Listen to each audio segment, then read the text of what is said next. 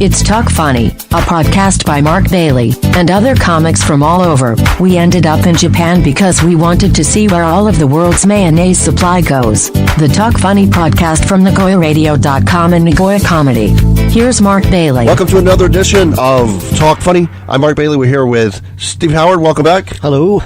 I think we were talking off mic about the Kevin Hart controversy, and I've had people contact me, guys who are open mic, and they're contacting me and saying, sign this petition, and it basically demanded that Kevin Hart give like 100. If you want our apology, if you want us to take your apology seriously, give $100,000 to this group. Blah blah blah. It's like, okay, do you get a receipt for that? I mean, do you not apologize after that? That doesn't make any sense, because then you get some other guy with another group, Right. And it's like, would you sign this? That would be cool. And I said, look, I don't know if you've seen my act, but I think I'm a comic, so I'm really not judge, jury, executioner. If Kevin Hart did something wrong, first of all, let the market decide that. Nobody wants to buy his albums anymore. Go to his concerts because they think he's a bigot. Then don't go. Yeah. All right, vote with your feet. But if Louis C.K. came here tomorrow, I'd go. I'd go see him. Yeah. And I'm not going to tell Louis C.K. I mean, there's things I've done that are worse than Louis C.K. has done. So I'm not going to judge. Let Bill Cosby pay his debt to society. Yeah. But I'm still going to laugh at his jokes. And if he came to a concert, I'd probably go. I probably wouldn't tell my friends, but I'd go. Because I separate, and you don't have to, but I'm a comic, and I'm one of the ones that separates the man from his art. Shakespeare probably wasn't a great Christian, I'm guessing, Yeah. I mean, geez, Hunter S. Thompson maybe had a few picadillo problems. I don't know. So there's no perfect man, and if there were, he'd be boring. Right. And he wouldn't be a comic. Comics are flawed from the start. That's what makes...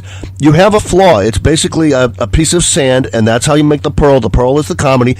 The oyster is the comic. The sand is the crap he puts up with every day, and how he turns it into something prettier than a stupid grain of sand. A normal guy's just going to have a grain of sand. That's all he has, because he's not going to write any art off of it. I mean, that's a great point, because the ugliness is still going to be there, and if you can take that ugliness and make people laugh, that's kind of a positive, and the way I see it. Gore Vidal once said that, and I told somebody who didn't get, somebody said, well, I don't think Andy Kaufman's funny, blah, blah, blah, and I said, well, you have to understand that was his comic voice. And Gore Vidal once said that art, it comes from the artist, but the artist is in a prison, and he doesn't know he's in a prison. He just has this slanted view, this vantage point, and that's the only way he can see things. And he writes it down, and that viewpoint that other people can't see from that viewpoint, that's art. Yeah. Well, I find myself in a very strange place, because I used to always laugh and say I'm about as left as you can get without getting arrested, but but I've lately legalize it. Yeah, lately with the SJW thing, some of the extreme stuff, I feel like I'm a centrist at this point. Yeah, you feel libertarian after a while. It's like, it's like, come on, this is ridiculous. I mean, if we're gonna hold Kevin Hart and these other people responsible for what they said 10 years ago, let's get a time machine so you can actually go back and fix it. I was watching this comedian, I don't remember his name now, but it was from 2007, and it was just your typical New York comic, and the stuff. Now, looking at it from a 2019 viewpoint, it's like, wow, I can't believe he said that. This is 2007. And he was making jokes that he would definitely be on Twitter by now, and there'd be a campaign against him. And one of the jokes he said was, my dad used to get so drunk. The drunker he got, the more my mom fell down the stairs. And people are laughing, and okay, off the stage, everybody out of the pool. I mean, it just wouldn't even work anymore. But I mean, so there again, if I was in the audience and I heard that joke, I would assume he's joking. You know what I mean? Yeah. And if he's not, if that was part of his history, that's horrific. But you know what? Unfortunately, that stuff happens. So he's standing in front of a sign that says "Comedy Night." Right. So maybe that's a cue.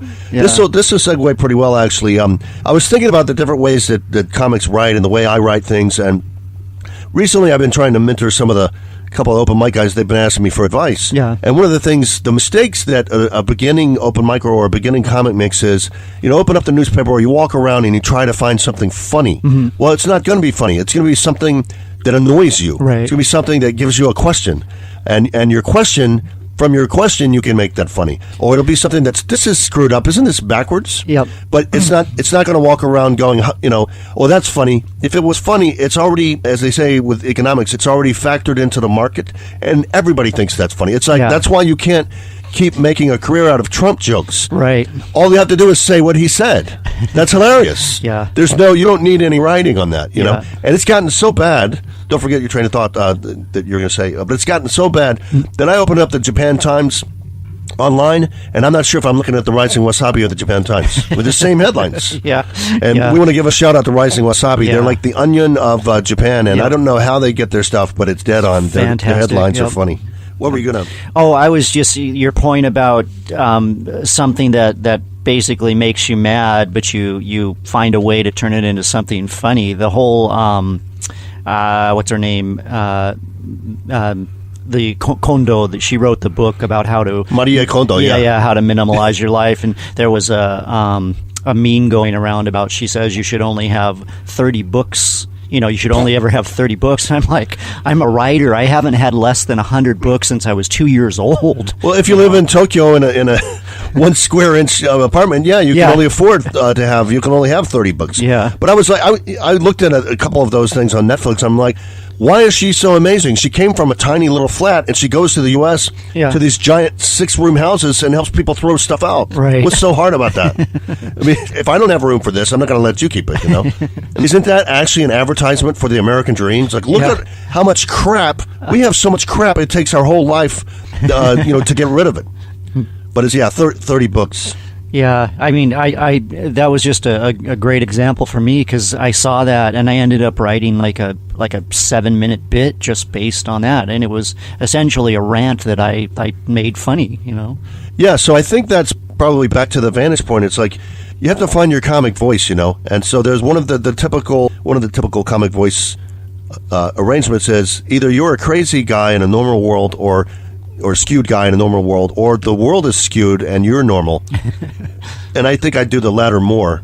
But then toward the end, you realize I'm actually not normal. But I kind of dance between those two. But those are the two basic ones. And then you can even actually look at it even from horror films like what Hannibal Lecter. From a comedian point of view, his comic viewpoint is, I mean, he's actually a very funny character because he's so bizarre. And his viewpoint is people are food. Yeah. If you look at everything through that, people are food. Right. And it's like I'm having a few friends for dinner, and so I'm going to be full after I meet them, and that kind of thing. And so you have to find your own vantage point and your own comic voice. And so how what else do you do when you're writing things? How do you come up with comic bits? Well, I mean, I think I've mentioned this before, but the basic one is always carry a notebook around with you, because you never know when you're going to see something that strikes you. Yeah, here's mine. My notebook. I've got about 7 of those little notebooks that I carry around, but that's key, because if you don't have your notebook and you see something, you think of it, you're probably not going to remember it by the time you get home. So that's a very basic thing. And then what I do as like a month before our next show, I'm writing down jokes and ideas and stuff, and then 2 weeks before our show, usually I'll sit down and I'll go through everything I wrote down and basically start compiling into what my set's going to be. So the advantage of doing that is you always have material when you need to prepare for a show. You always got material ready that you wrote down a month or so before that. Right. When another guest was here, I mentioned when I think of something funny, I have about 8 seconds to write it down before something else happens. The phone rings or somebody says something, you want some coffee, and now it's gone. Yeah. And, I usually try to get it into voice recorder, or I prefer to write it down if I can. And sometimes I'll write it on my hand. And, I'm working at other jobs, and some smart-ass jerk will say, you got something written on your hand. I can't even read your stupid little memo pad. I'm like, oh, yeah? Well, I got 2 hours of solid material, and you don't. All right? So shut up. And 30 minutes, that's based on you. Do the Adam Sandler thing. Shut up! All right, we'll wrap it up, and we'll come back to Steve next week. And you've been listening to Talk Funny. See you next time.